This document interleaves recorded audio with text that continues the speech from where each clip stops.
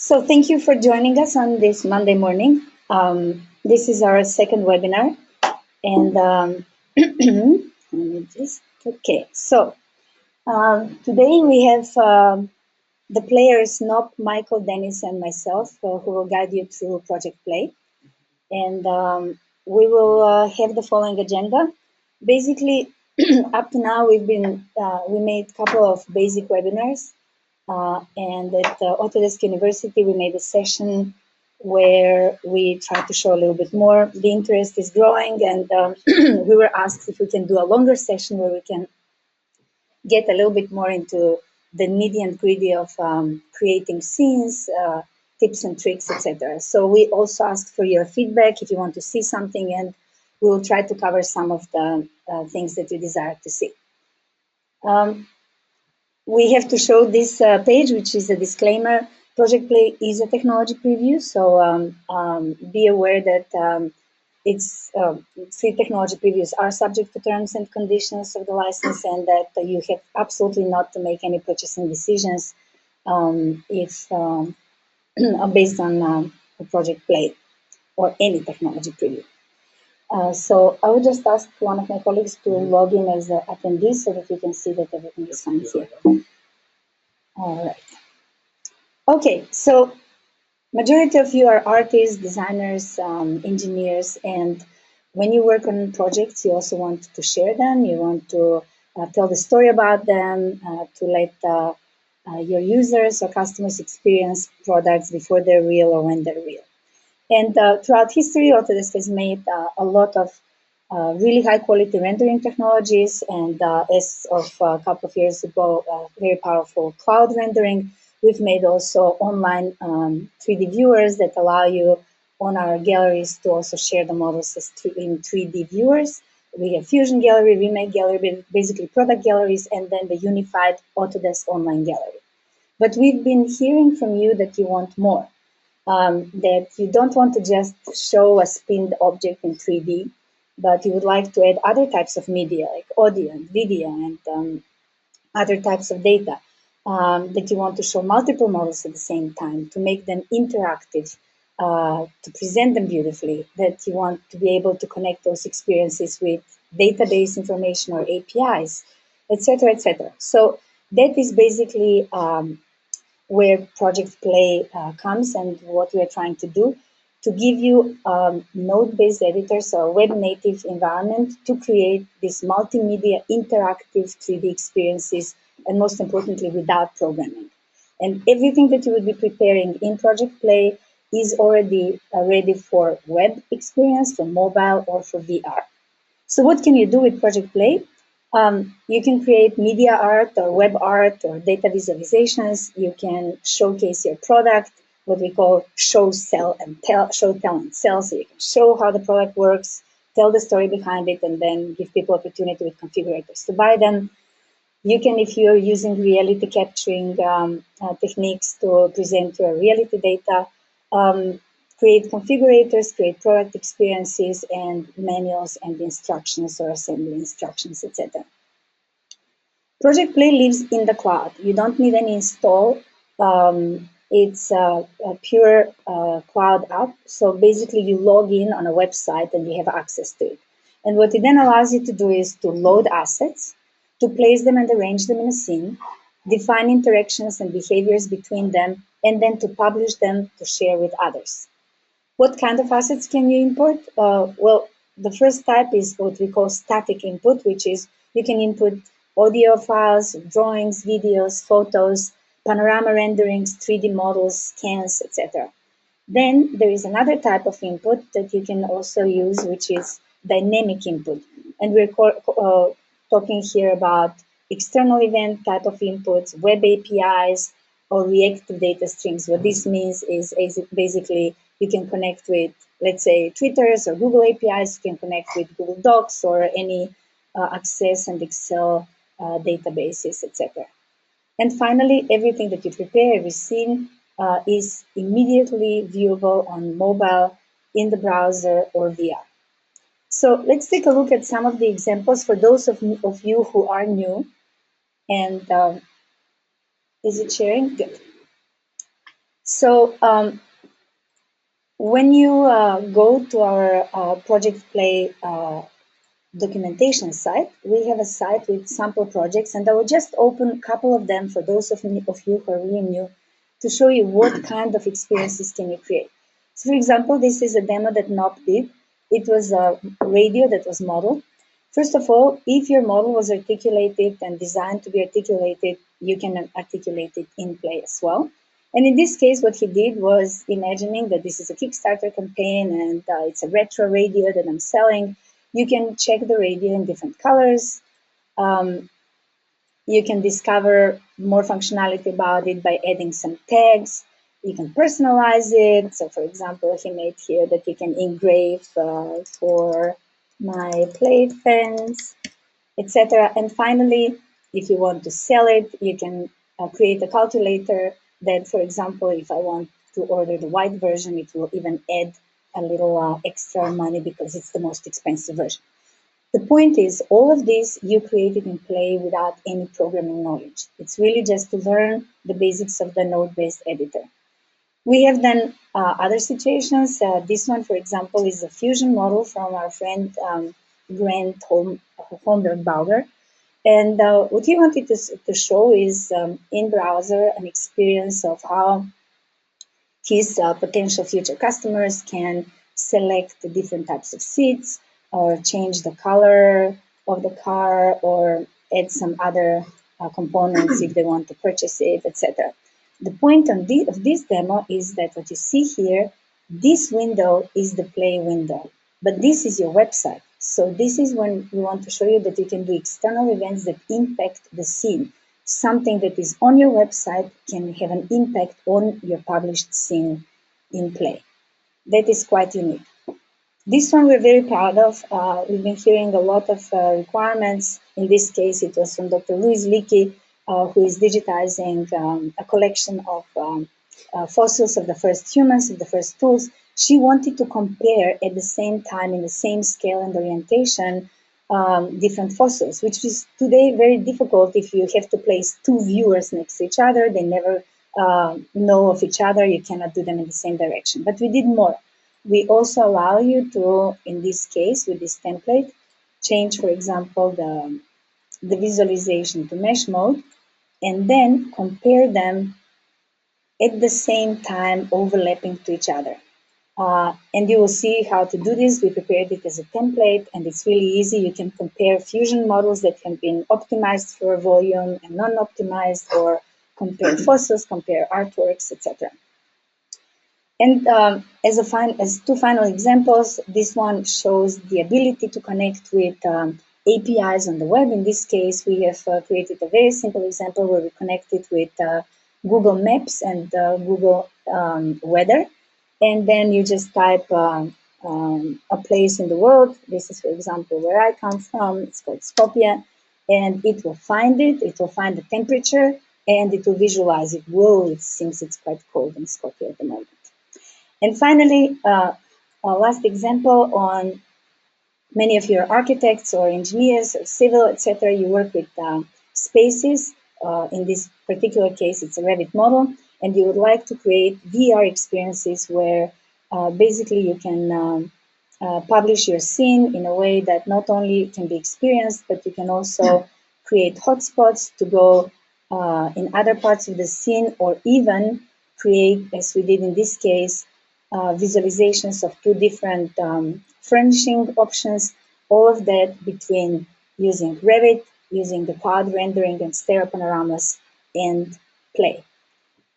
So that's what you can do with Play. Is the screen changing?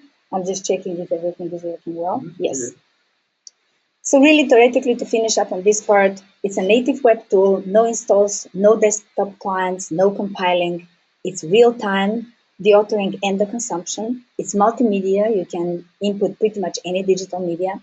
It's node-based editor, so it's not something that you can learn in a day if you have never used node-based editor. If you have, you'll pick it up quite quickly, but if not, hopefully with our webinars, you will start picking it up.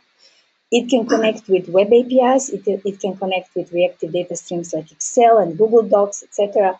and it can link to events from your website, as I showed in the previous example. And I said everything will be consumable on web, VR, and mobile. Where is what? What we will be talking about today and mainly being in will be the Play Editor. The Play Editor is where all the magic happens. We have, however, a Play Docs site that is super important for you, for those of you who are new to Play, because we really tried to make lots of tutorials and videos and give you sample scenes that you can import in Play and see how they were actually done and learn from that. So don't forget to go to those. We make Project Play available in two forms: the editor, that is the full-blown engine where you can do everything, and templates. Templates are pre-prepared experiences that help you get very quickly into something if you don't want to create it on your own. And we created a couple of Play templates that I will show later, templates for VR, templates for tagging, etc. But we also have product-related templates. The first one we made for ReMake. ReMake, for those of you who don't know, is a tool that can create 3D digital assets from photos or scans. So we will cover some of those templates as well. So the templates are a way to approach this technology in a very fast way to those who don't want to learn anything. But if you really want to create rich custom experiences, you go to the Play Editor itself.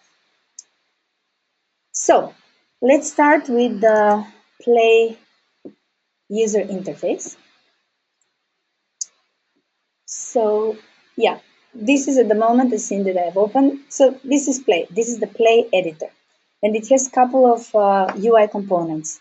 The first one is the toolbar, where you will find undo, redo, the usual cut, copy, paste, duplicate, delete, etc. This button is very important. It's the save button. We're working on the web. There is no autosave. You will have to save as often as you can remember to save. The next button is the share button. We will talk about it later. This is when your scene is ready and you want to share it. This is also a very important button. This is basically where your projects are. So when you start Play, you will actually have already preloaded tutorial files, but you will find all the projects that you've been working on always here. And we will cover that a little bit in detail later. And this is the hot link to Play Docs, the site where we have all the samples and all the stuff. You have to be logged in Play. If you click this button, you're logged off. You have to log in back again. So the parts of the UI are this. This is called the asset browser. This is where you literally drag and drop or load assets that you want to use in your scenes. You can load here JPEG files, audio files, video files, zip files. We also support zipped containers that we automatically unzip, and obviously 3D models of all the kinds that we support. The second tab under the Assets browser is the node library. This is where you can find the nodes and see what kind of nodes we already have. The nodes themselves can also be found once you learn their names by clicking the space bar and simply searching for a node name, like a type box, and then it shows me the box. So the next part is the hierarchy graph. This is basically where you load the blue nodes, which are basically the physical assets. Now, it's funny to call them physical assets because we're in a digital world, but what we're trying to say is these are the files. This is where you load the audios and the videos and the 3D models, etc. And then in the control graph, you put those nodes in relationships. And here in the control graph, you can drag and drop or place brown nodes, which are all about the logic and the behavior of the blue nodes. Finally, whenever you click on a node, the node inspector will give you all possible properties and inputs and outputs parameters that that particular node has. In this case, this is, for example, a rectangle. I can change its size, the position, etc. So every single node basically has different types of parameters, or what we call pins in the node inspector. If I click on the realistic material, for example, oh, here I can change the Oops. The roughness, the metalness, etc. So this is basically all you need to know for the UI. And finally, this is the render view. Whatever you create in Play is automatically real-time displayed. So this is what you see is what you get. Basically, when you publish a scene, this is exactly how it will look like. In this toolbar here, the only few important things, if you want to snapshot a picture of what you're working on, you just take a snapshot using this button.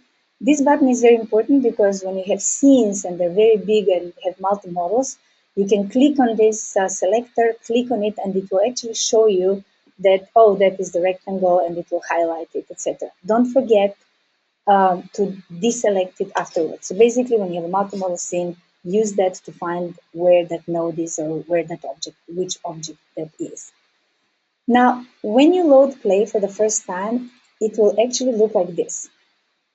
What we try to do is, in order not to leave you alone in the space, to create 5 sample scenes in which you can see a little bit how something was done.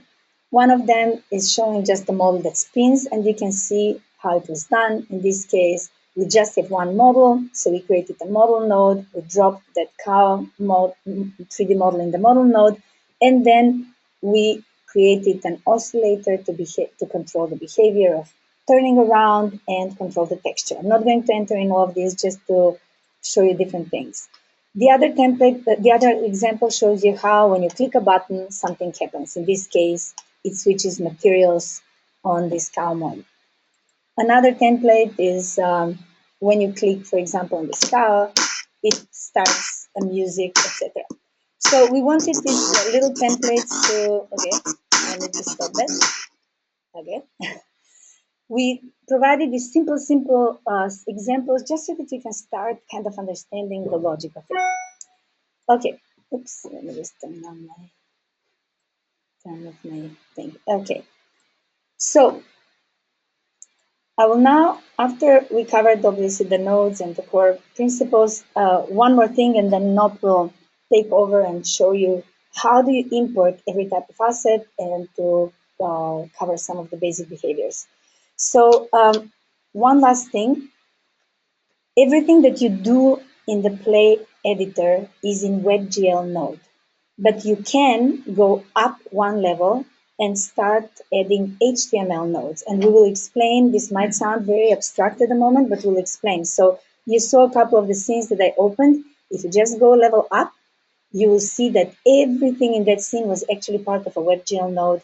And then you can start adding overlays or HTML components, for example, to create a UI, to add a logo of your own company, etc. And we will show you all of that.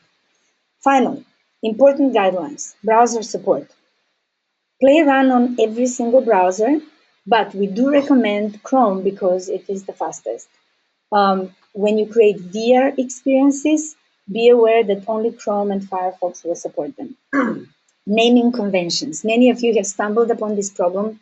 Do not use spaces ever. And dash, underscore, and dot are allowed characters, but nothing else. 3D geometry and texture limitations.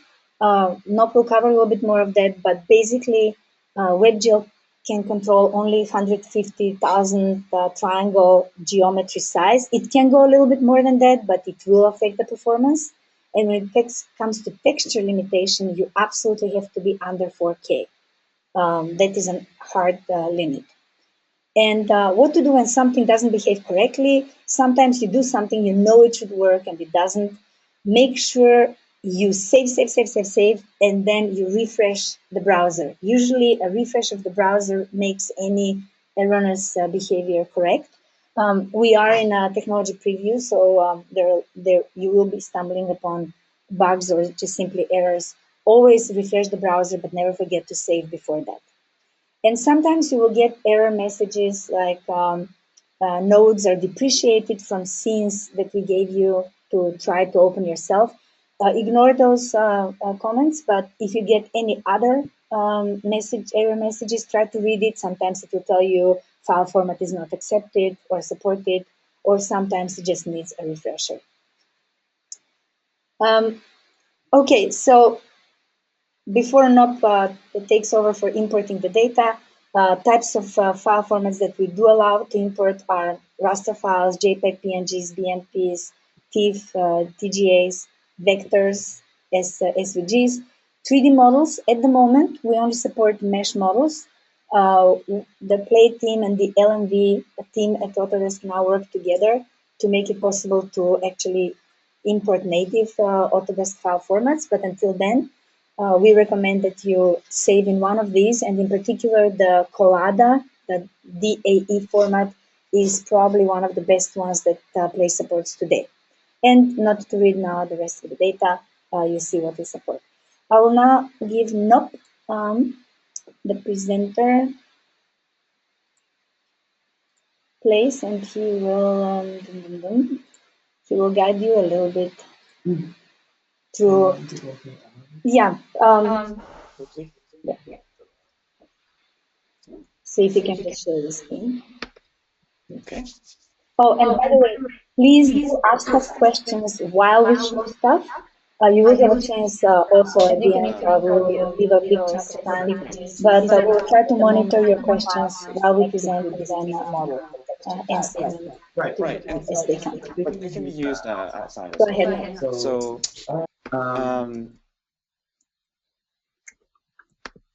just to show that these are now coming in and working, I'm going to make a new scene.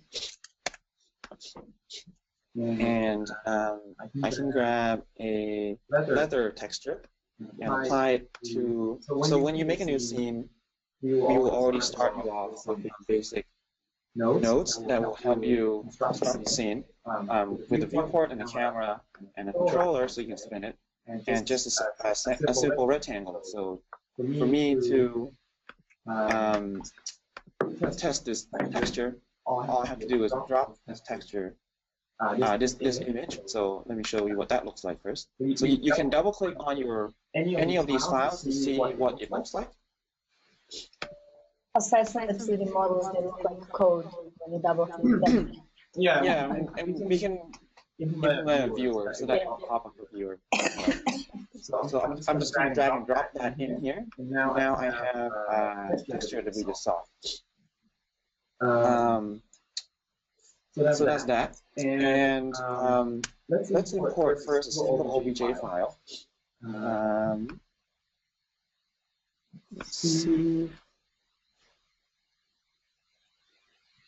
Forge a single. How about this guy? So all I have to do is drag and drop again in my assets folder. Let's say it's uploading, converting, and once it's done converting, that tag should go, which means it's now ready to be used. So how do I use a single OBJ file? All I have to do is find a node called model. Or click on space bar and type model. So there's two ways to bring up to find a node that you want. You can go to the library and browse for the ones that you want, which is the model node right here. Or I can hit space bar and search my text, my name, and you get the same thing. So now I have model nodes in here. Nothing is happening yet because I haven't assigned any model to it. I'm going to get rid of one of them, highlighting and delete on my keyboard. And all I have to do is drag and drop that OBJ into my model node. That warning shouldn't happen, but it's okay. It still works. So ignore that. I'll go away for after a while. And now I have an object. So probably a little bit too large. Resize that.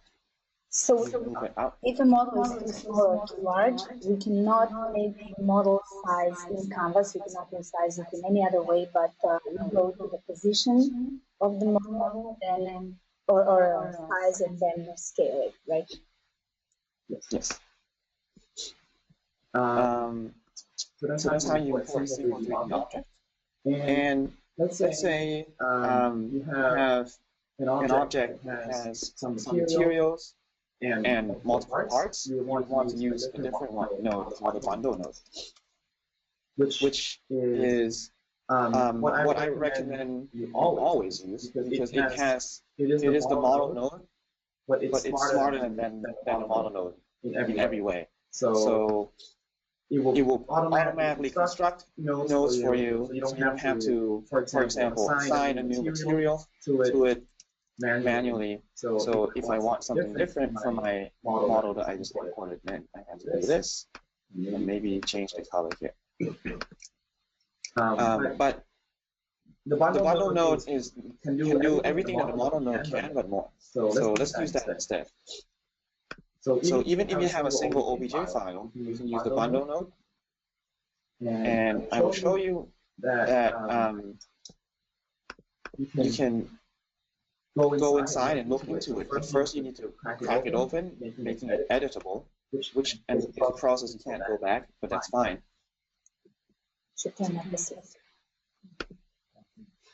Double click on it, and now even just a single simple model, you get that model node, but then you also get a material that's attached to it for you. This becomes more important when you have more complex models, like the headphones that I just imported with all these materials. So just to give you a quick reminder, what this looks like. So there's some materials on it, some parts are red, some parts got some normal mapping on it. And to hook all that up, it's going to be a lot of work for you in the node graph. So instead, I will drag and drop this .de is a LADA file I exported, and right now we read LADA files best. We also support FBX, but that doesn't always play nicely because, as some of you might know, FBX is very finicky and there's many different standards. Not everything is supported across all softwares. So let's stick with the LADA file for now. I will just drag and drop this into the bundle node, and then this headphones model now magically appears. So it's a little bit too large again. So let me. So by the way, very often when you load models, the models will say that two problems that happen. Number one, you don't see the model. If that happens, that usually reflects scale, and if you can show again, you can change the scale by using the scale button or what is the other one? Always use the scale button to change the size of the model. So if you don't see the model, it's usually a scale issue. So I can demonstrate. So let's say, let's get rid of that for now. Let's say I import this headphones, I drop it in, nothing happened. What do I do? Exactly.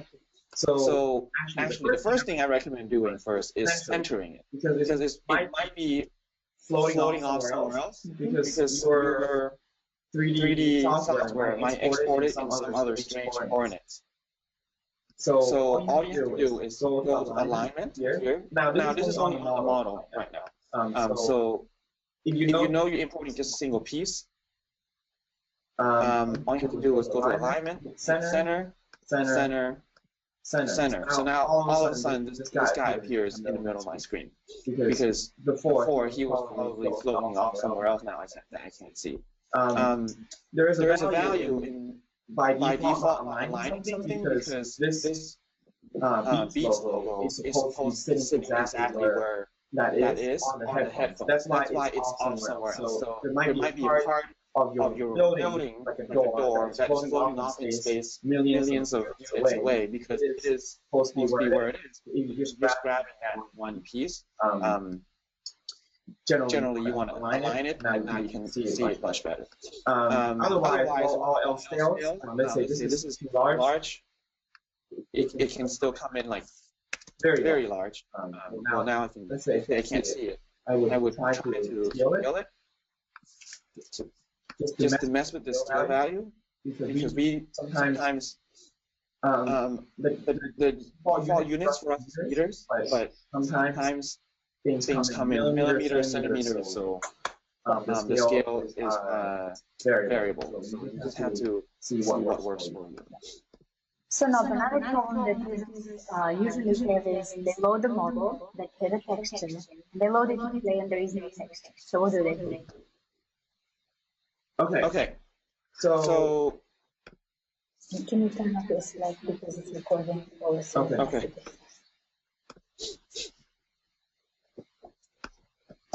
So the texture that comes in the model. So let's open a single file first.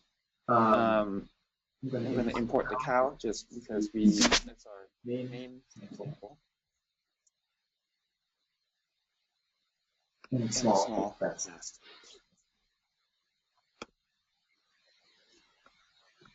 So cow. So this cow, as you can see, comes with a texture. So there's a texture file and then there's the model file. So the texture you will always have to import separately than the model. So I need to bring both of these files into play. The texture is just a separate image file. How you apply that is you want to do it manually. You need to first create a new material. Move this out of the way first. Create a new material. Link this material so that you have a new material that you can define. I'm going to reset. If you have a pin that you want to reset back to its original value, all you have to do is right click on it. Yeah. And by the way, for those who are new, this is a little bit fast. So you loaded the cow, it's the model node. And then on the model node, you look for material, you find the realistic material. There are many different materials, but the realistic material is the default one and it reacts to light. If you want materials that don't react to light, you can use flat, but we can cover that later. There's many types. Just to demonstrate one. So this is an X-ray material, which makes the guy exactly. Yeah. So this is one material. But realistic is the default material. There's already applied there. So when I link, nothing will happen unless you change the value to slightly red. Okay. So then what next is I will from map. Maps is how you apply textures and to your material. So you will grab first a color map because you want to apply a diffuse texture. You link that to your realistic material, and then you show that it has a map applied, but no texture can be found. So it just gives you a checkerboard to tell you that. So we need to grab the texture node, link this to the color map. Again, no texture is found because I haven't done anything. And then I will drag this image file onto the texture file, and now I will have the texture from that image applied to my 3D model. Yeah, and you can change the red cow to white cow by clicking on that little, can you point the, yeah. That is where you change in realistic material the color. You might not see it immediately, so yeah, and then you can change it. Yeah. So again, the reason I suggest always using bundle mode because it will do all this for you. So basically, if instead of the model node, you create a bundle node and drag and drop the cow folder on it, it will automatically cast the texture on it. The cow model. You drag the model onto it. And if the texture is sitting in the same folder as your model, it will automatically find it and apply it for you. Okay, so it's so smart that you don't have to load the texture as well, just the model. Right. And very good. Okay, can we maybe show it in a video to load and put it on a background and maybe show a sphere background as well? So to cover kind of different types of assets and maybe audio. Okay. So I will have to load something that already exists. The video takes a while to load. I think we'll put it.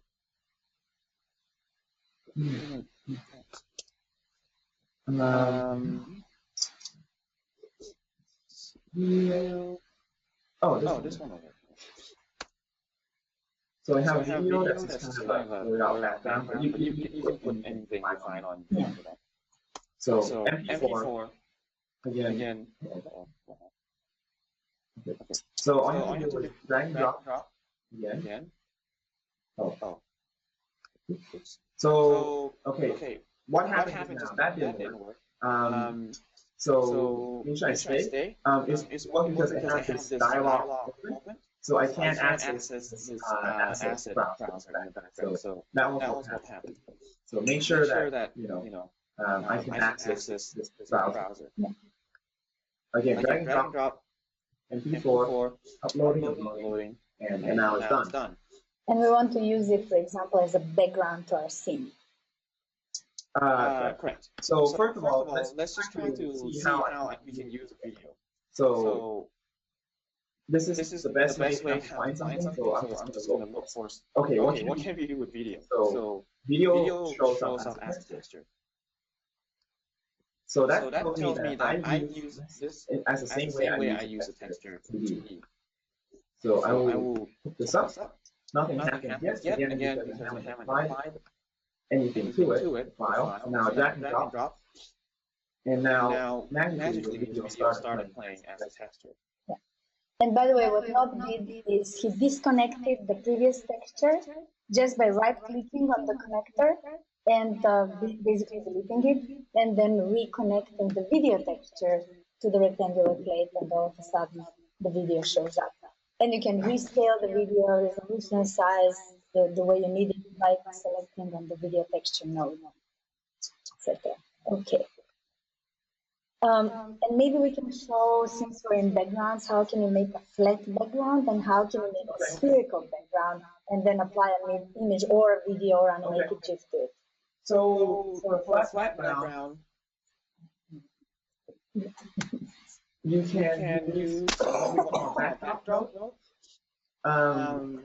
which is when you drop it into your scene, it will automatically always snap to the background. So it will fill the entire viewport.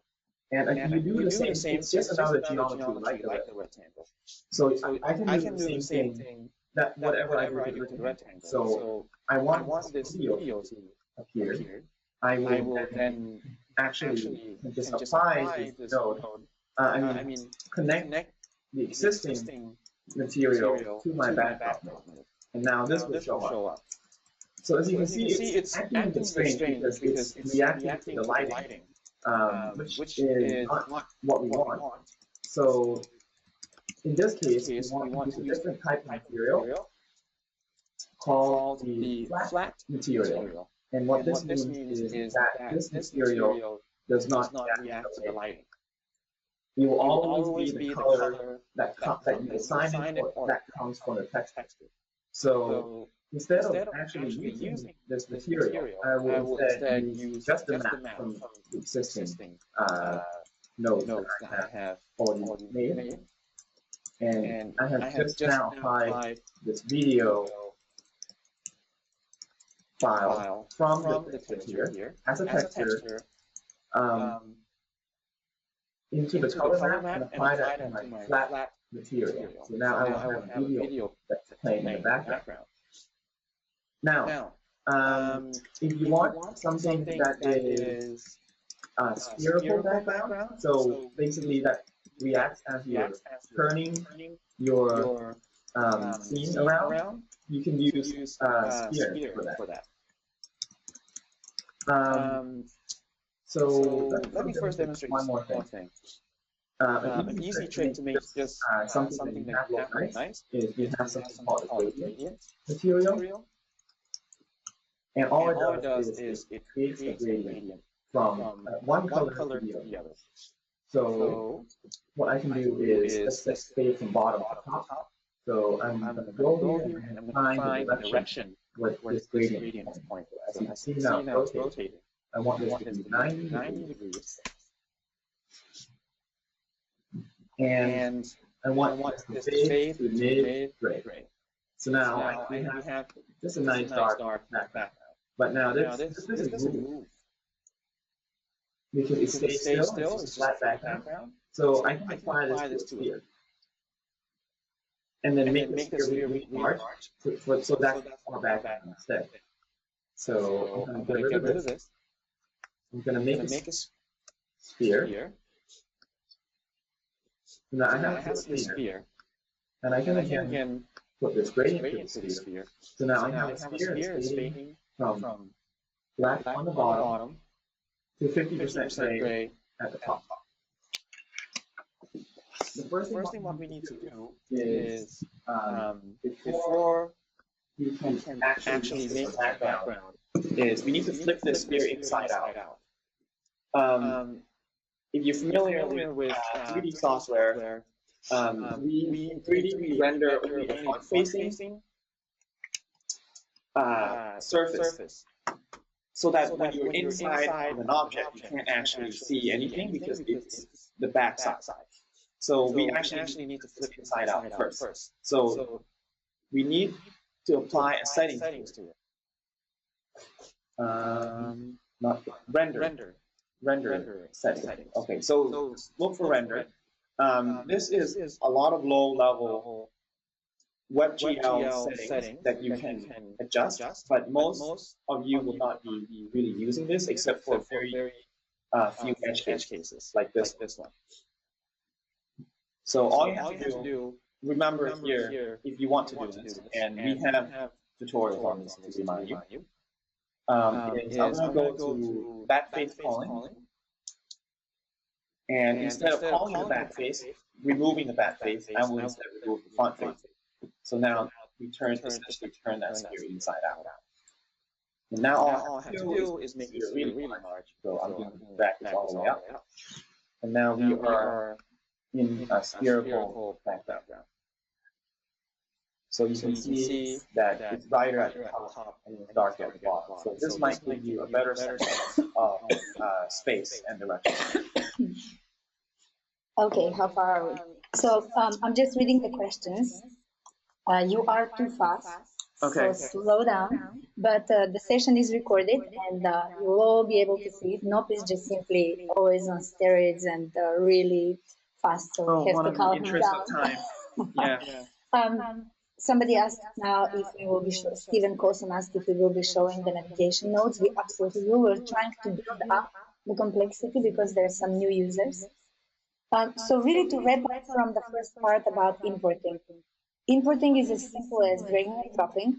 You can import entire zip files as well, just so you know, in case you have a whole project with multiple objects and textures. Knob showed that there are two types of model nodes, model and bundle. We almost always recommend you use the bundle node for 3D models. Unless you have a simple model that doesn't even have a texture, then you can use the model node. I see that, for example, my friend Madeline is here. She's working with fossils and digitization of fossils and education with 3D models. So, for example, in that case, we have 3D mesh that is a single mesh. You do have textures. So you probably want to use the bundle node if you want to show off the textures as well. But if you don't have textures, you can just use the model node. So that was the part about 3D import in general. So let me switch to myself. Okay.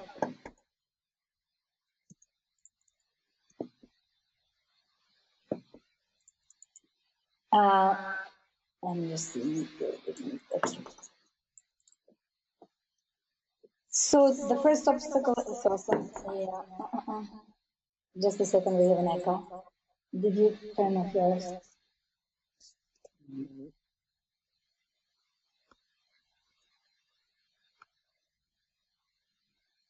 Okay, now we always have to mute the one presenter. Sorry about that. It's creating an echo otherwise. So we try to cover these basic things. Let's go forward. Understanding textures. Actually, we have to revert back to NOP. But in general, the textures you already saw that basically very often you will need to reapply them or just apply them if you had geometry without textures. You always have to first add the realistic node, the material node, and then we have materials that accept light, materials that are ignoring light, and you will see we'll use them for different purposes. The color map that tells basically the material how the texture will be mapped on it, and finally a texture file where you load the file. In this case, by the way, oh, this is an image. I forgot that this. I'm not in the scene.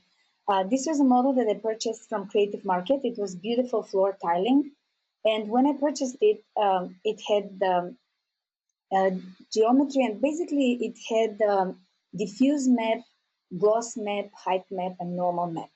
And I first basically added the diffuse map on the texture node, and then the normal map on the normal node, so that it creates this effect of depth. So let me see if I can switch to my play scene just to show you that one. So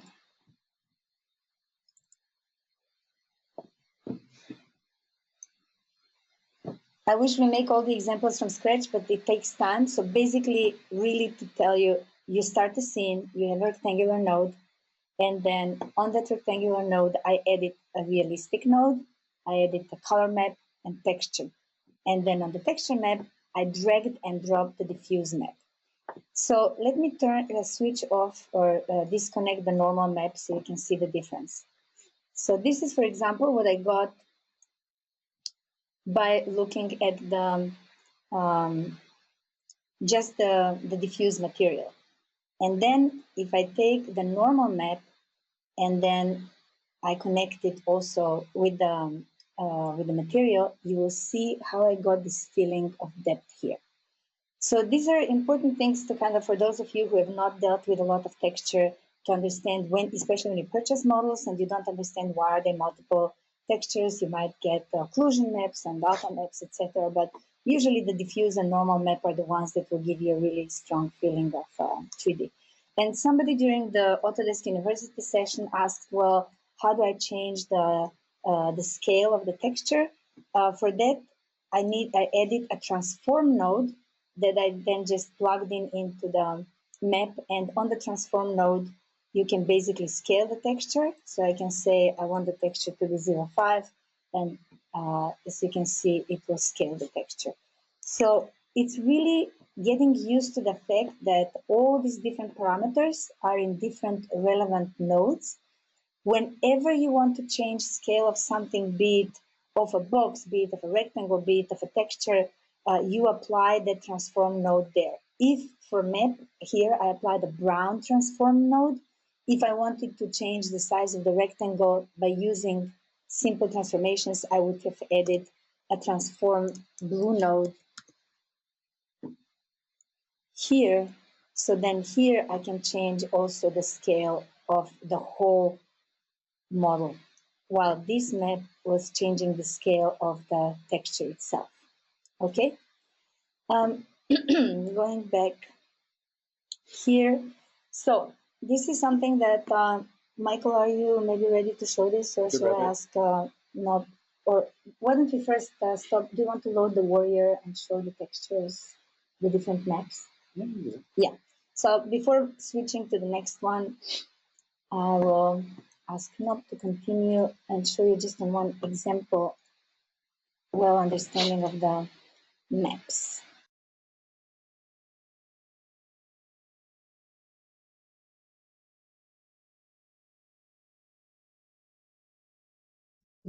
Okay. Mm-hmm. We're good? All right. Just to show you what you can achieve when you hook up all your materials properly. So you can achieve a look that is very complex as this, very realistic. So here are all the maps that you support. Tanya has covered the diffuse map, which you use the color map for, and a normal map. So these are the two most common maps. Textures, types that you will use. For the other ones, the next most common one is probably occlusion. So let me actually go through one by one by turning these off, so you can see some effects that these would have. So I'm going to turn off the color, and for now. And okay, so now you can see that there's some shadows on this guy, and that is obviously coming from the occlusion. So, oops, sorry. So for other types of maps, we support first occlusion, then roughness and metalness. Basically, it is doing what these values are doing, but you can use that as a map, so you can select which areas to apply certain metalness or roughness. For example, I have a metalness map that I'm using, which is just a texture that looks like this. And that's basically, I'm using that to tell me which parts I want to be metallic. And what I would do is I drop this into here, this one, and I will grab an alpha map. Alpha in this case is not referring to the opacity or the alpha channel of a texture or a material, but it's really, what it's saying is it's a single channel map. So I'm using just one channel from the RGB values of that texture. In this case, it's a black and white texture that we're looking at, so it doesn't matter which channel I'm looking at from. But I only want one channel, not the whole color. So this is basically a masking operation that I'm doing. So now this metalness map goes into the metalness slot. So once I remove it, everything is metal. But when I attach it, it's only selecting some parts to be metallic, for example. And the same goes for roughness, which is making something shinier rather than more dull. So these are two different factors that can affect your model. Is that okay? Okay. Yeah. I'm going back to.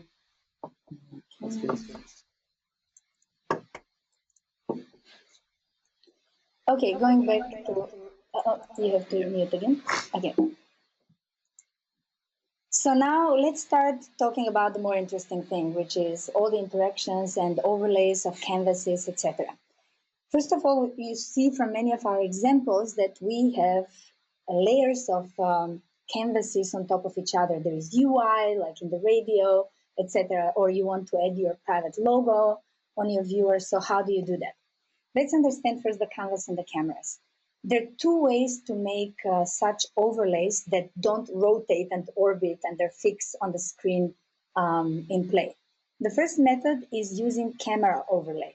That is what Nob did when he was building the radio example. So in the radio node, you will see there is one perspective camera, and that one camera controls the background and controls the radio model itself. In this case, Nob decided that whenever he rotates or orbits the radio, the background orbits as well, and that's why he put the background node under the same perspective camera. If he wanted the background not to be controlled, at the same time not to be moving, then the background should have gone under a separate camera that can control that separately. So that first camera basically controls this entire environment, the background and the radio. The UI elements, however, are controlled by a second camera that is an overlay camera on which then we edit different types of rectangles and text, etc. And that camera is completely independent from the first camera, and that's why when you orbit it, it does not move. The second method is using an HTML overlay. I mentioned at the beginning that everything you create in a play scene is in WebGL. But if you go a level up, then you will be actually entering the route where you can add HTML nodes, and it will be as simple as just adding a toolbar, and there is a selection of buttons that you can pick. Note that this method is very simple, but it is limited. And we would like to show you both of them now, but just to cover on the PowerPoint, this is a scene. It has this full screen mode button. So how did we add that? Well, this is the node of the scene. If we go one level up, it will show root and WebGL component. Then we add an HTML overlay node, and in that HTML overlay node, we double click it, open it, and we add a toolbar node and then a tool button, and we pick it. It's as simple as that. But maybe we can try to do a logo For example, NOP, if you want, you can maybe show both of the methods.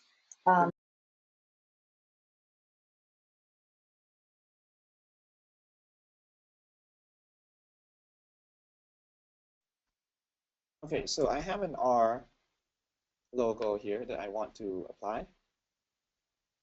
to my scene. So I'm just, again, drag and drop to import it. And so first of all, I will show the more difficult, or not difficult, but involved and more powerful way of applying the logo, which is using the additional viewports. So I can grab another viewport, which is this guy. The viewport represents the 2D screen that is a window into our 3D world. Now, you're not limited to one viewport. You can have as many viewports as you want. And they draw in the order that you put them. So I just made a new viewport and it's now black because there's nothing in this viewport. But and if it covers everything that was in the scene. Correct. Because it's kind of on top of it. So if I put this behind, then this black viewport would have drawn before, then the viewport with my cow and the tile textures would draw after it. So I will show you that this is now drawing above it because you can actually resize this viewport and let's say snap it to the side, something like this. So now I'm actually drawing a viewport on top of another viewport. So if I have, this might be more than what we need to do, but just to demonstrate quickly, I will get another camera and box just to demonstrate my point that I am drawing another viewport here as well. So I'm going to orbit. I'm kind of going quickly, but to demonstrate a point that there are now two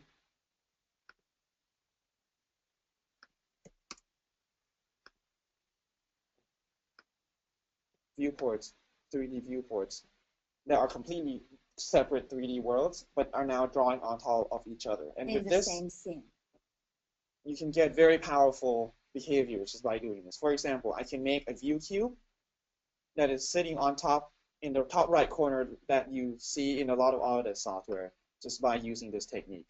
Okay. So, but let's go back now because we just wanted to add the logo. This was to explain that Play is super powerful. You can have many and many overlays on top of each other of viewports. So this is getting there. And, yeah. So what I need to do to have this draw seamlessly into this other one is the first thing you want to do is you want to not clear the color. So what that means is when this next viewport draws, to not paint a background, basically. So I would turn that off, and now that background is gone. And this 3D, this other cube is not, that is not the same part of this scene, is now sitting on top of this other scene. And we'll use this exact same thing to overlay a image. So I would, again, just to show you what I'm doing, is restore this back so it's full screen, centered. Turn this off again just to make my point. And then now we don't want a 3D scene. We want something that's just flat. So let's start over. So very simple, step by step, just to recap again. And I can do this because it's very easy. Step by step, but say what you're doing. So exactly. Clicking on the space bar, looking for the overlay. Okay. Click space bar again, type viewport, click drag and drop under the first viewport so that it will go after. Clicking on this viewport, making sure it's selected as so that it has a yellow circle around it. Scroll down to the clear color, turning that to off so that it doesn't replace the color that we have before. Doesn't cover the previous viewport. It covers the previous viewport, but it doesn't. With the color. Yes. Yeah. Again, pressing spacebar to find a camera that is special to draw 2D elements called overlay camera. Now, we know the naming is still confusing, but we're working on it. But basically, this is now drawing 2D elements at pixel perfect size. So what I would do was, again, pressing this space bar to bring up, to search for a rectangle. And a rectangle is the same one that we've seen before that is on the ground here. Drag and drop. And you might not see anything appear, but actually there is this tiny square that appeared in the middle of the screen. This little guy. Mm-hmm. And what is happening is this is 10 by 10 wide, but not in the 3D units anymore. So everything that we're doing in the overlay camera space is now in pixels. So let me actually just reset this back to 1 so that I would use the scaling here instead to control the size. So I can do 100, and this is exactly 100 units, pixels wide. And if I want to make a logo that snaps to the top, I will go to the camera. I will change the alignment or the anchor to the first one represents the Y, the X, and then the Y. So the X min, which will going to the left, we're going to the left, to right, and bottom up. So the top will be the max for the Y, and now the rectangle also, now it's taking the middle of the rectangle as the position. Point, yeah. So I will need to also do min, and I believe it is max, no, on the Y. So ignore this one, it has no effect on the Z. And okay, I would now again apply a texture to it. We will be using a flat material because we do not want any lighting to interact with this. Apply this, and then again connect this chain.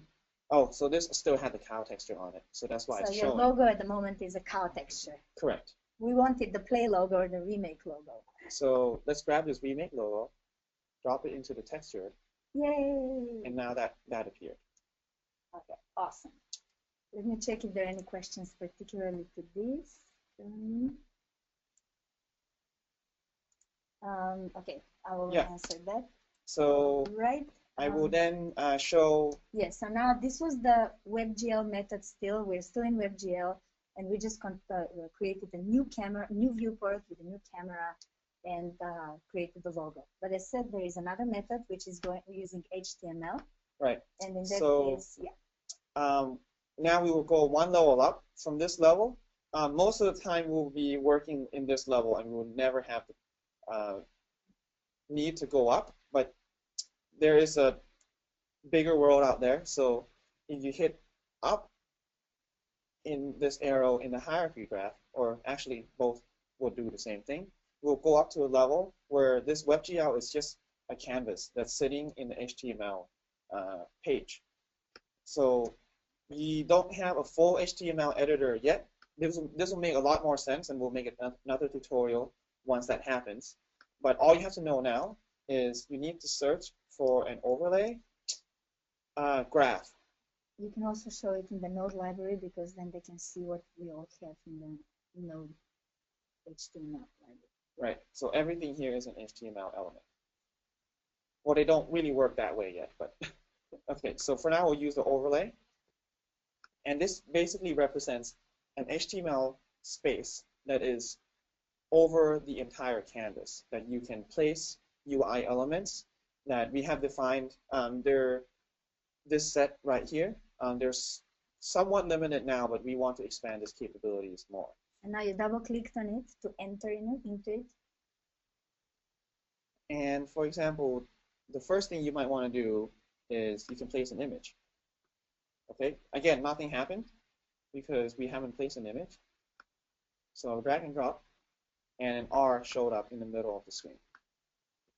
So now this will be, the size of the image will be the size that of the image that you dropped. So perfect. Pixel perfect. Yeah. And this is all you need to do. So you can align it again, min and min, so that it will go to the bottom. So as an architect, I always found it very confusing that this alignment min max. So unfortunately, we have to live with it at the moment. If you remember that x0 is top left. X goes from 0 to 1 here. Yeah, and or y? It goes from this way. Yeah. So X goes from left to right, and Y goes from bottom to up. Okay, so it is 0, 0, bottom down.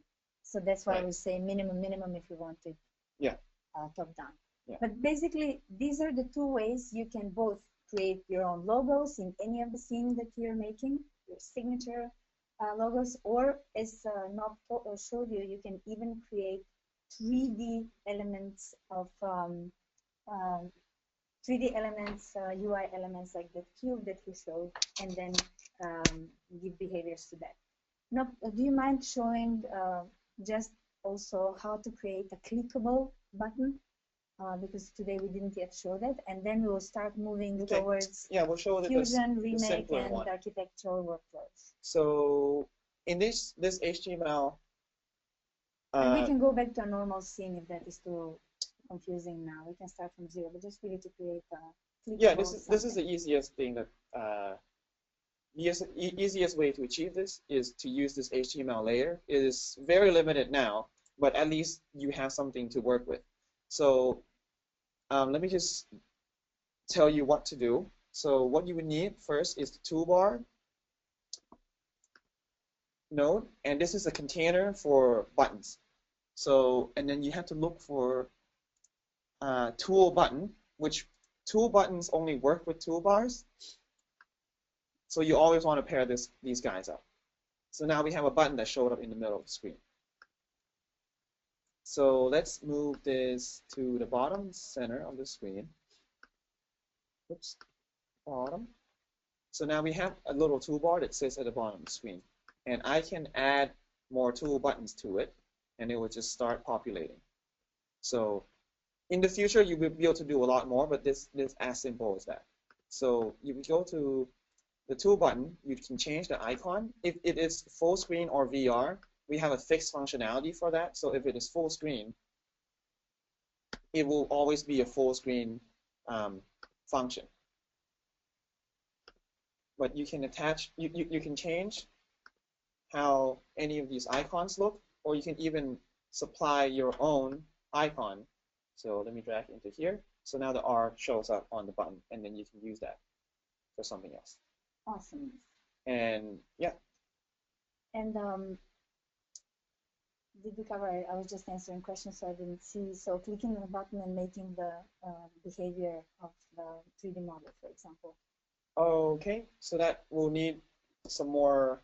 Yeah, so we go now into a little bit oscillators and a little bit of the button input output. Correct. Okay, so what I need to do is when I click on this button, I get events that are firing here. So the goal is to show how can we click on something and it makes another element in the scene behave, be it move, rotate. You make, for example, assembly instructions and you want the ring of the faucet to move up or down, etc. So let's show how that works. Yeah. Okay. So the problem that we're facing here is we have events that are in this HTML world that we need to connect back. That's too complicated. Yeah, that's too complicated. Let's go in a normal scene. Let's go away from HTML. All right. Yeah. So do you have any mechanical models? Simple event? Yeah, I'm not sure.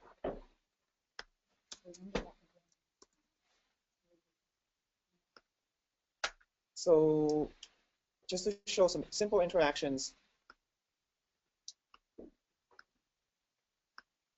I have a box here, and whenever I want to click on the box, I want something to happen to the cow here. So right now, if I click on the box, nothing will happen. The first thing you want to do to make something interactable is to make it pickable. So most or every geometry node will have a pickable option. So you want to turn that to true. And now when I click on it, these events will be firing. I can connect this event that is firing to an oscillator here, which is the simplest behavior node that we have. Imagine it's called a move node because oscillator is a little bit a geek talk, but at the moment it is called the oscillator because it does more than just move. The oscillator, all it does is it outputs a value over time, given what you want it to do. So I will demonstrate this first by hooking this up to this cow bundle. So this is the cow, just to rename it. So what I just did is I can double click on name and type in the name that I want, and it will rename it, just to make things clear. I will drag and drop, making connection to the rotation. And now nothing is happening. You might see it twitch a little bit because it's rotating from 0 to 1. So if I wanted to rotate it around, I need to do 0 to 360. And now it's rotating all the time, which is fun. But I want it to only rotate when I click on the box. So I will first need to make it turn it off so it's not running. Call stop on it and make the repetition 1, because when it's 0, it's always constantly turning. So now what I do is, if I hit start, it will spin once only. So that's the behavior that I want to achieve. So now instead of me clicking start here, I want this box to basically click start. And that's what I want to do. Again, the box, we have already events coming out. We have active, which says, am I mouse down or am I mouse up? Begin and end, you can basically translate that to mouse down and mouse up. So you see those are the two events that are firing. So I can use any of those. So let's just use, whenever my mouse goes down, that will click the start button on the oscillator. So now when I click this box, my cow will swing.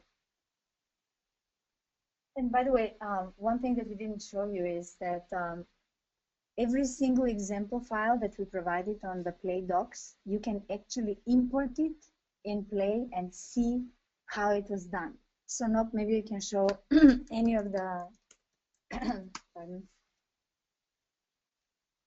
show the process of importing scenes, because this is very important that you learn how certain scenes were done. I would not start with the most complicated scenes, but you know, this is, for example, a reality capture file made with ReMake.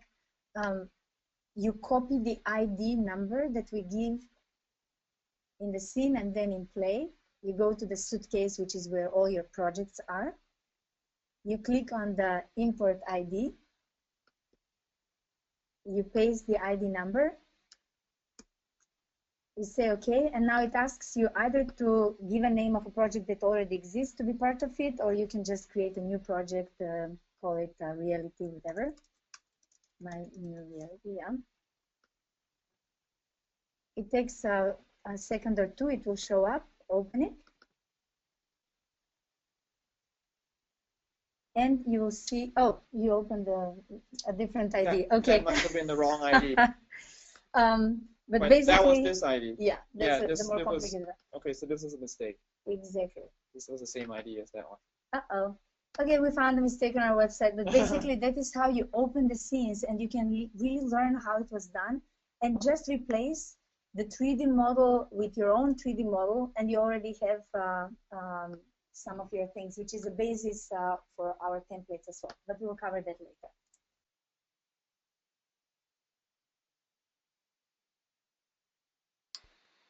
Downloading, so Daryl asked, can I download my project? Yes, that is actually called publishing. You don't really download on a desktop, but you can publish projects. So Play is meant to be a publishing platform.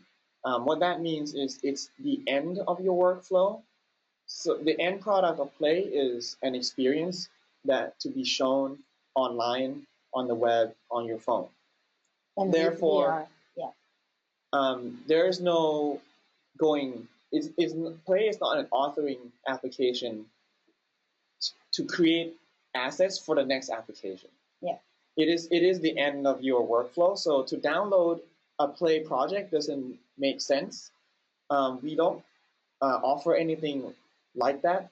Basically you can't export a single file and then open this somewhere else. Like that would never happen. Um, what might be offered is right now Play is publishing to an experience that's sitting on the web. You can embed this in your website and all. But what we can offer later is to download that experience as a package so that you can look at it offline somewhere else. So that is a possibility. But to export a file that you wish to import into some other software, that is not what Play is for. Yeah. Okay, so now we're going into the workflows with Autodesk software. So the first one, and we'll be basing it on questions as well, but basically when you do a 3D import, Nob showed a little bit, you can have reality captured models, you can have CAD models, or you can have media entertainment models. All of them have the same limitations, but they have different ways of being prepared for working in Play. Reality models in general can be huge, and they need to be decimated, and the application for that would be ReMake. The textures always have to be maximum 4K. You will absolutely not be able to go beyond this limit. Beyond the limit of 150K in geometry, you can go, but it will affect your performance. And in case of ReMake, for example, you export the models as OBJ. That will export the OBJ model and the texture, and we showed you how to then import the OBJ and the texture. CAD models, Revit, Fusion, Infrastructure Modeler, AutoCAD Inventor, often they can have 200, 500, 1,000 parts. That would be too complex to import in Play unless you want to articulate every single part in Play. So usually you would need to simplify them, regroup them in the number of parts that you need to show off something in Play, and we will show you that. And media entertainment models like Maya, Max, Blender, etc. Again, you need to simplify, resize down to 150K, texture maximum 4K, and ideally, if you have an export to Collada, that is the one that we recommend because it's the best integration with Play. The first question we got is, how do you work with ReMake files? Working with ReMake files can be twofold. Either you use only ReMake, and in ReMake there is a publish function that already offers 3 Play templates specifically made for ReMake that you can choose from. Or if you want richer experiences than what we provided in those templates that are relatively simple, then you can export the ReMake model with the export function into OBJ with the limitations that we just said, 150K, 4K texture, and then import and do whatever you want in Play. So the workflow, the first workflow from ReMake itself, in ReMake, we have a publish button. It publishes in intermediate Play environment where you can pick one of 3 templates, and then it publishes on the Autodesk gallery. So let's take a look at this photo that we captured with photogrammetry. You click on the publish model. It opens this intermediate Play environment where there are Play templates.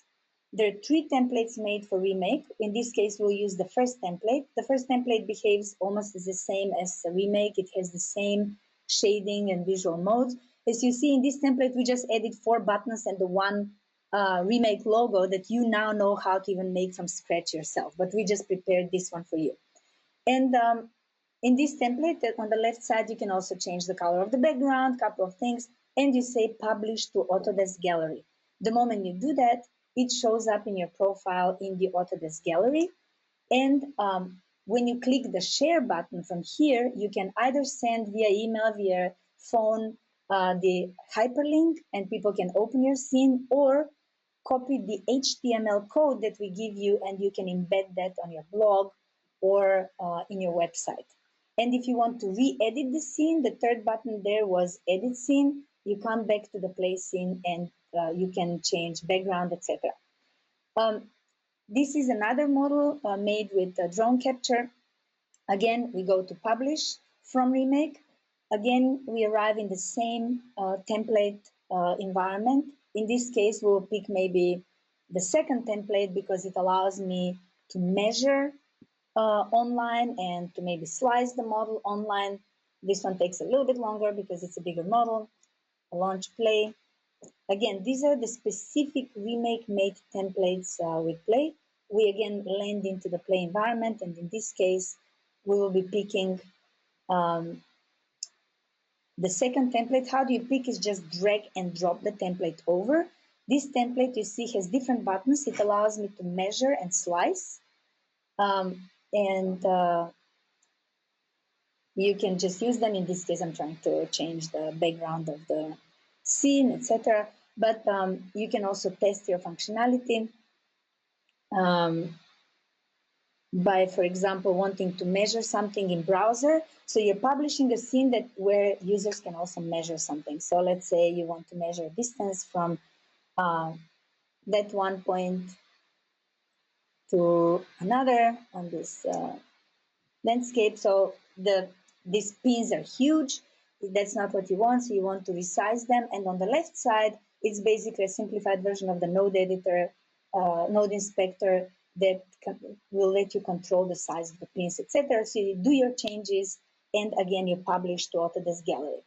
And finally, the third template, that is the most sophisticated one that we did for you. You're in Remake, you have two skulls to compare. You first publish the first skull. It can be a fusion model again. The fusion recently had the volume or a surface optimization, so you can compare two models like that. So we're here. When we publish, on the top you see the ID number of the scene. Copy that. And now we publish the scene, this skull, first skull, to Autodesk Gallery. Now we need the second skull, so we go back to Remake. We open the second skull. Again, we say publish. And it will again land in the Play environment. In this case now, we will be loading the third template, which is how to compare two models in the same scene in browser. So let's wait for the skull to, yeah. So now you drag and drop the third template. Now obviously it shows the same skull on both, and now we have to change the ID of the second scene on the left side and paste the ID of the first skull that we copied before.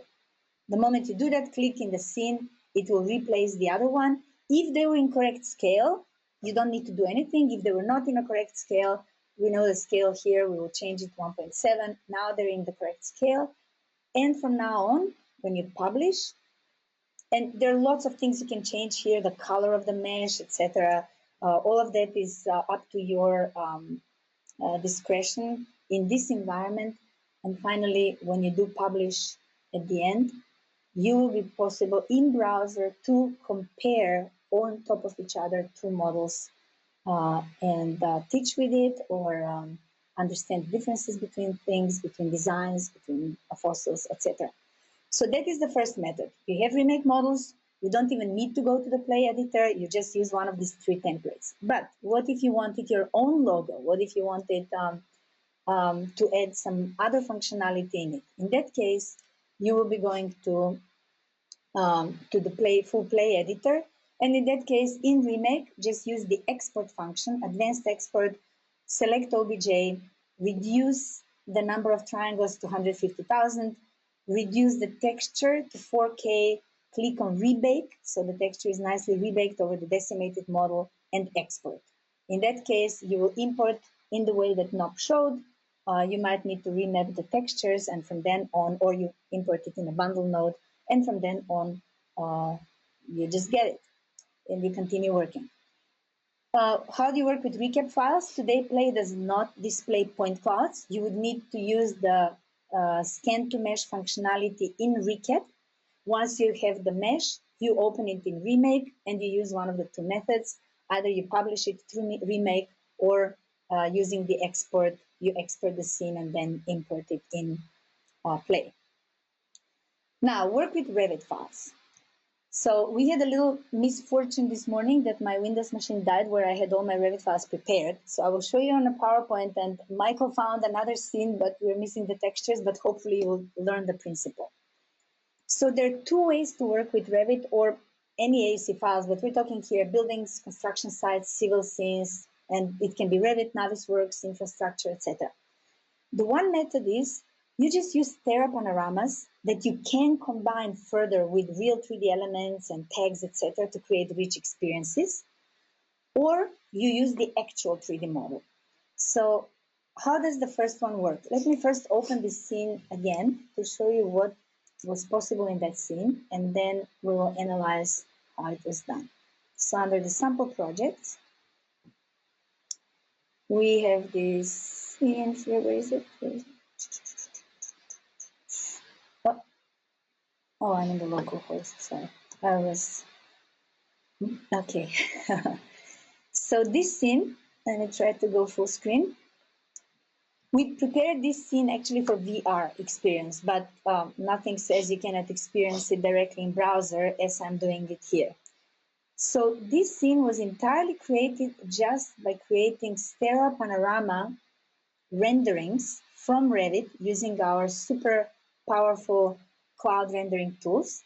And then in this scene, we added overlays that you now learned how to do to switch from nighttime to daytime, overlays to go to certain spots in the scene, or I want to go up on the second floor, etc. Then we have situations where we allow you to change, for example, the color of the wall in that VR or web experience. And finally, as I showed at the beginning, to change the, sorry, I know it's dizzying when you see this probably. I'm trying not to move the mouse too much. Where was this? Yeah. And finally, to change seating options. And one more detail, because after that we will show you the scene and Michael will probably go into the scene. I'm going down. Down, we combined these stereo panoramas with actual 3D models that are hidden here. The letters are 3D models. So when you click on them, there is some behavior. But the point to understand is, here we used stereo panorama renderings, pure images, to create this amazing, rich experience. And then we could combine, be it 3D models of chairs, or in this case, 3D models of the letters. The two variations that we did for the seating were just two cloud renderings of design options in Revit. So how was this done? I'll cover it in PowerPoint, and then Michael will show this. So the first thing is we created a VR panorama template for you, so you don't have to do very complicated things, but all you would need to do is to load your panorama renderings. But how do you prepare the files for that scene? So in Revit, you place cameras in your building wherever you want. If you want to make an exterior of a building, you place exterior cameras. If you want interior of the building, you place interior cameras. Once you create the camera views, you can use the cloud rendering directly from Revit.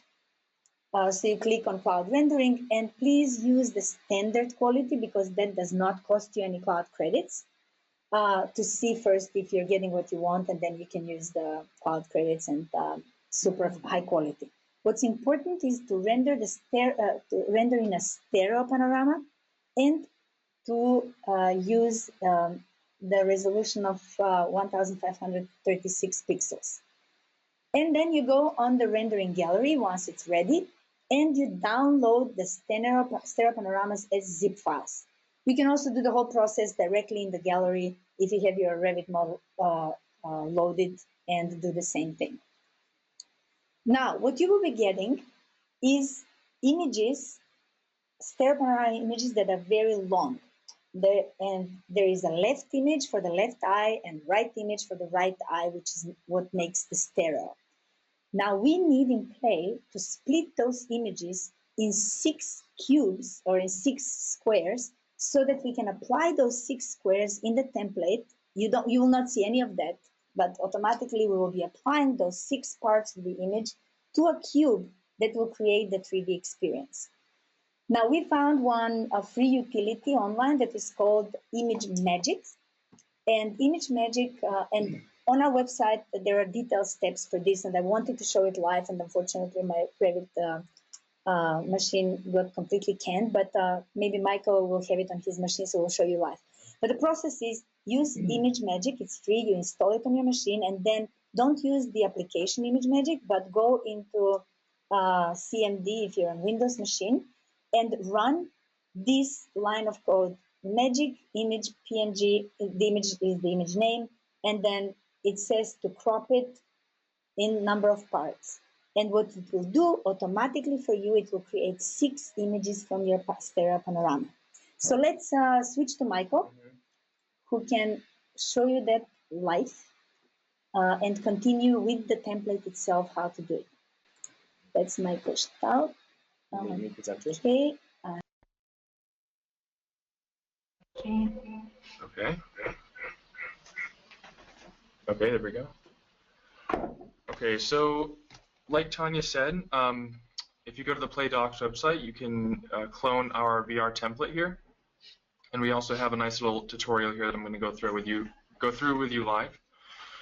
So what I did is I just cloned the panorama template in Play, and that's what you see here. And we can go over the template itself too. I know there were questions about the arrows and how they work, but for now, let me just show you how you actually get your panorama in Play. So the first thing you want to do is, within Revit, I just opened up the sample file, so this is just a school, I guess. And then under the View tab here, there's a Render in Cloud. So if you select Render in Cloud, you're going to see a dialog here, and you want to choose Stereo Panorama. And then you just choose which view you want to render your panel from. I believe I chose the balcony view. And then we want to make sure that the width is set to at least 1536. You can do 2K, but we recommend 1536 because that's usually good enough. And so once you click Start Rendering, it might take about 10 to 30 minutes depending on your scene. But then you'll see your renderings here on the Rendering 360 page. And so you just download the stereo panoramas here, which I've already done. And once you download the images, like Tanya said, you want to run the ImageMagick utility from the command line. So I just downloaded it here to my my downloads folder. Let me just show you really quickly what this looks like. Yeah, so if I go into the zip file that I downloaded like this, you see an image L and an image R, and you just want to run this command. Or you want to take the PNG essentially and split it up. So you just give it crop, and then you give it the dimensions that you rendered to, and then %D JPEG. And what this is going to do is split out the 12 panorama images, like you see here, by both the left and the right eye. And so then what you're going to do is go back into Play here, and you want to make a new view. So under the Panos folder in this template that you cloned, you can just make a new folder. So select the Panos folder and just say, my view. And I've already done that here for, I believe, the school here. So let me upload the images that I split out with ImageMagick. So I'll select them here and just drag and drop them into Play.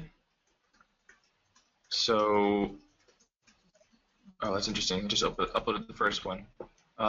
Okay, so let's do this. You can also, you don't have to drag and drop. You can click the upload button here to get a file dialog. So let me just point Play to the renderings. So I've uploaded the first two. Let's grab the rest. So I'll say here, what is it? Windows Control.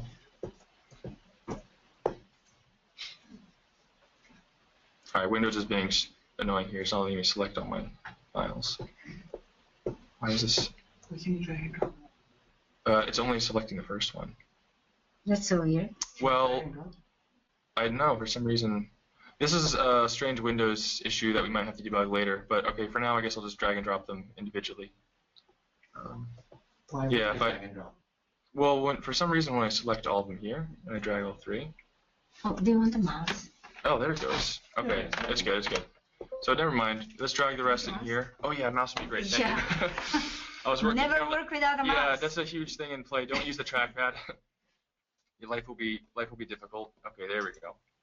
All right, so now, thanks Tanya. So now I am uploading all my panoramas here, and you can see Play's converting them. And once they're all done and converted, let's go back up to the top here. So let's go into the WebGL graph, and so I guess we'll just go over the template really quickly here. So in the WebGL world, you see we have 3 graphs.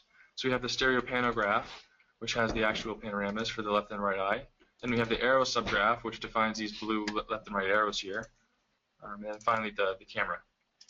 So if you follow the documentation here, all you want to do is go into the control graph here, and you want to change the number of panos in your scene because we added a new one. So we'll go in here. Let me close this. Yeah, so number of panos now is 4. So we'll change that to 4.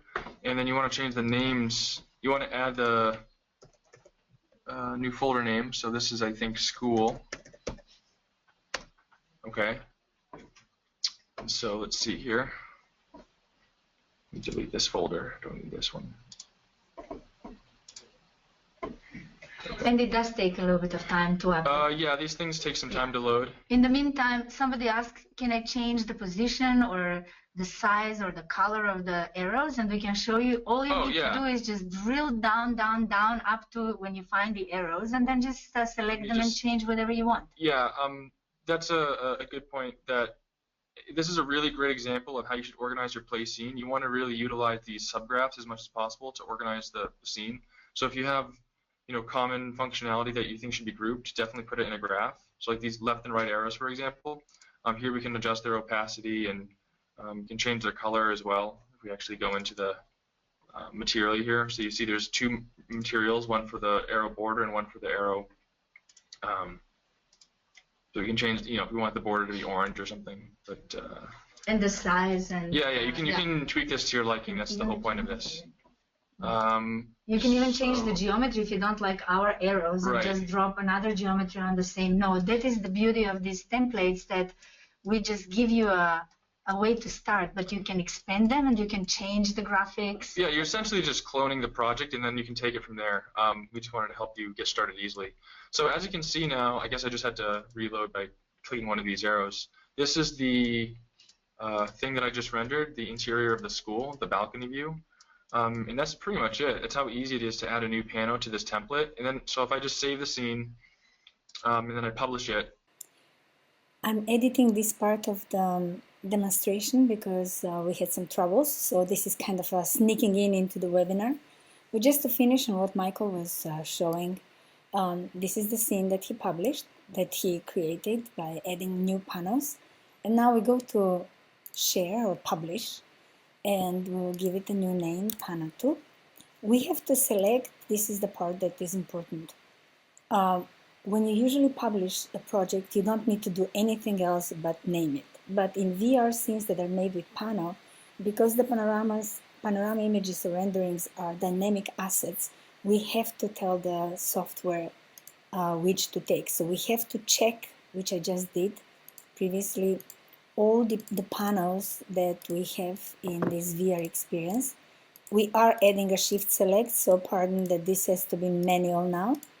But everything you see under panos, you got to select before publishing. And the kitchen, I think we have it now. Okay, and now I can say publish. The scene is now prepared for being published on mobile, web, and VR.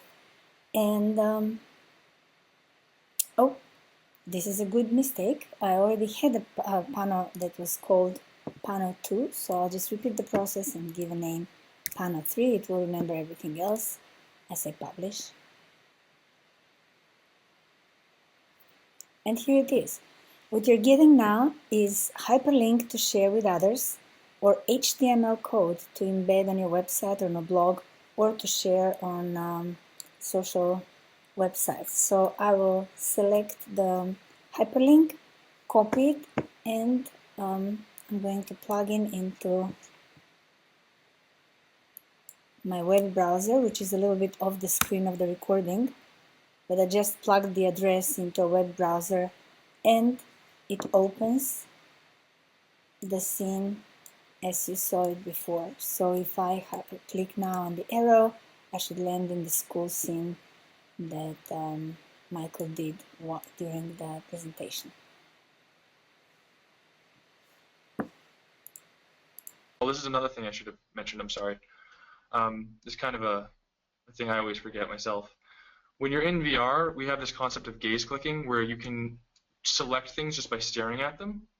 So in the WebGL world here, if you just select the camera graph here, the VR camera has this gaze click enabled that's currently set to false, but once you enter VR mode, it's going to toggle that on, and you can adjust what you want the delay to be. So we have it by default 2 seconds. So the whole point is this functionality enables you when it's put on Google or on Vive, etc. Yeah, you have control of the whole experience. Click on anything. Yeah, so you can just say, oh, if you want to lower the delay or the degree threshold, so you can customize all of this. Yeah, and one last thing. So this scene is just stereo panoramas, but nothing prevents you now from starting to add 3D models to the scene. That's a great point. Yep. Actual 3D geometry, so that you can move it if you want to show a sliding door. Then maybe you just put the door as a 3D geometry and you show how it works and stuff like that. So you have to be very resourceful in your fantasy and understand Play would let you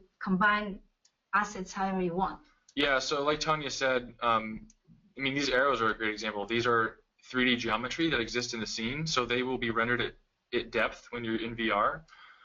So you can create some pretty interesting experiences that look very believable but are very lightweight, because you're using the stereo panoramas to get the high fidelity experience, but then you can add, like I just threw a box in here. And you don't have to have a huge Revit model completely as a 3D geometry put in, but you load only those parts that you want to animate or you want to change, but the rest is, as you saw, we could use renderings from design options, etc.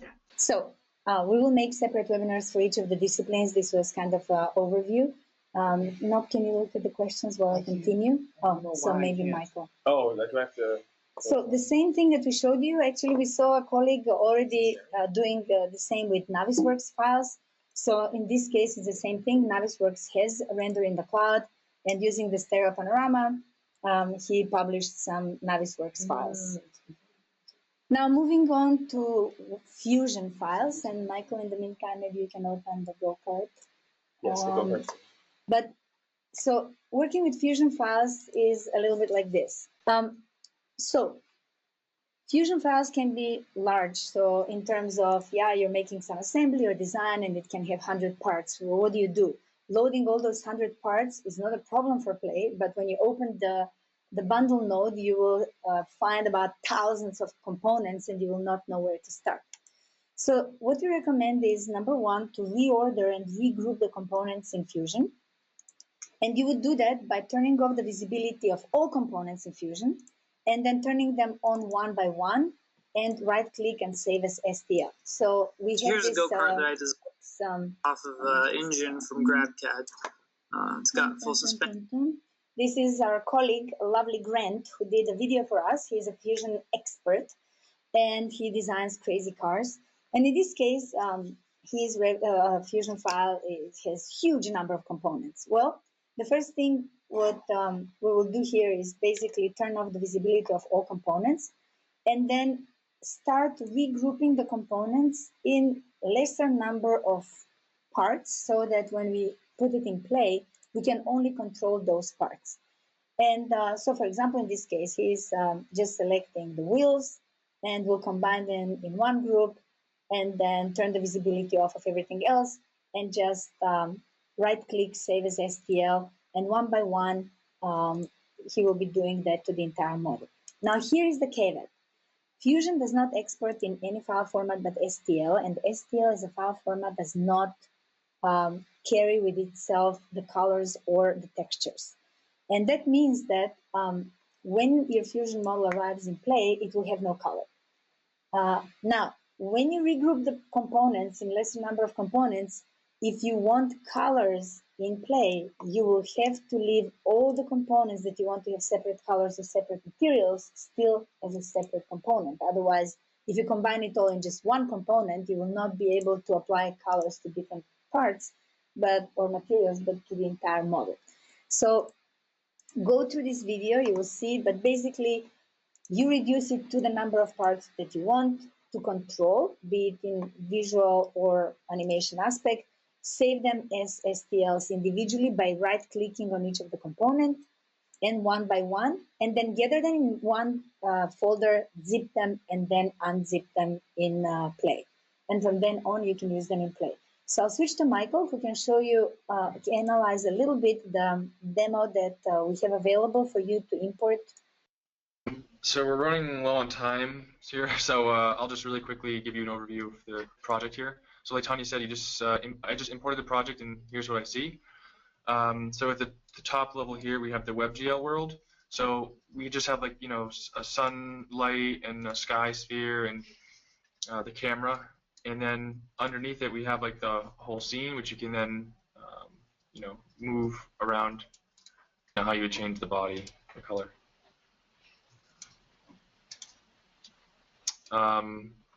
Another really cool thing about this scene, if those of you that clone it, you want to dissect it, is that it utilizes the messaging system of Play that lets the scene talk to the parent page that's embedding it.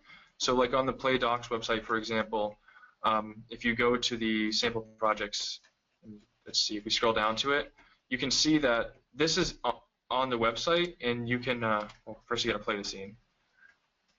So these HTML UI components on the website are actually talking to Play, and Play is responding to those events. So here I can change the seat, for example, or toggle the color picker. So that's something that's really, really interesting about Play that you should check out in this scene. Okay, there's so many other things to show. Maybe just as we were speaking, it's easy to connect with APIs. The simple one to show you is, for example, if you want on your in your scene to connect to Twitter, we have a Twitter node. So let's just show you a very simple empty scene where we can literally just load a text node and a Twitter stream node and connect to any Twitter account that you want. But that is just to show you how simple basically connectivity with APIs is. If you are comfortable with web APIs, you can do so much more. The Twitter is just a node and can be done by anybody. So in this case, Michael is loading a new scene, and all we need is a text node that will display what we will be reading from the Twitter, and we will need a Twitter node. So here's the text, and then load the Twitter node. Oh, where's the text? There it is. Yeah. Twitter stream. Twitter stream. And let's say at wired. Like what we have to have hashtag, right. So this is just it doesn't need a hashtag. Oh, it doesn't need a You hashtag? can search for anything. Oh, good. But Cool. if you want a hashtag, you can use a hashtag. Yeah, but if you don't put a hashtag, then it will find the word wired in every single tweet in the world, which is probably not what we want. You don't want to do that. So all you do is now link the tweet to the text and say it's text. Uh-huh. And oh, can you delete the rectangle? Because There we go. And then if you select the text node. Let me put a transform in there. Yeah, transform and wrap the text so that it's not a long text. Oop. Yeah. But in the text node, there is a wrap, word wrap. Word wrap. And then you just slide it and you will see if it goes up or down. Yeah, I think it goes. There we go. Yeah, so you can wrap the text. And now you can connect this with the geometry. So every time you're making an event or something, you want to display live all the tweets relevant to something or to yourself. And you can also give an oscillator every time there is a new tweet to jump up and down or to change color, etc. But just to show you how simple it is to actually connect with some of the external APIs. Yeah, and this is a specific node for Twitter, but we also just have a raw HTTP node that will just do GET requests. So if you have your own APIs that you can serve data from, then you can dynamically display that data in Play. And we're going to have more on this in the future too. So. We're coming towards the end of the webinar. There is so much more to show you. This was still a generic one. It went a little bit deeper than what we usually do, but we hope that we will start making more specific, industry-specific webinars. Finally, I just wanted to tell you, we covered the publishing of Play, but we've also started with many customers to create galleries. And Michael recently coded a batch upload for galleries that we will soon expose to you. But the idea is that this is a project from Factum Arte or Factum Foundation, an amazing foundation that created a specialized Veronica scanner for making live 3D portraiture at museums, and they wanted a website on which they could place all the scenes. So when you have 1,000 models and you want to upload, we created batch upload functionality. So again, remember, play at autodesk.com is the editor. Play docs. Many of the things we're showing here in the webinars is actually covered, but it seems that users prefer to listen live rather than watch videos. We will continue creating material. It will help us a lot if you just tell us for the next webinar, can you drill down deeper into this, or this was too fast, or send us files that you want something done on them. We actually had prepared something, but we're out of time about interactive experience for installation of some fancy bathroom accessories and stuff. We can continue that with the next webinar that will be on December 14. Thank you so much for your time. Send us any feedback. It always sounds like it's not organized. We've been working very hard, but there's so much to show and so much to cover. Thank you so much.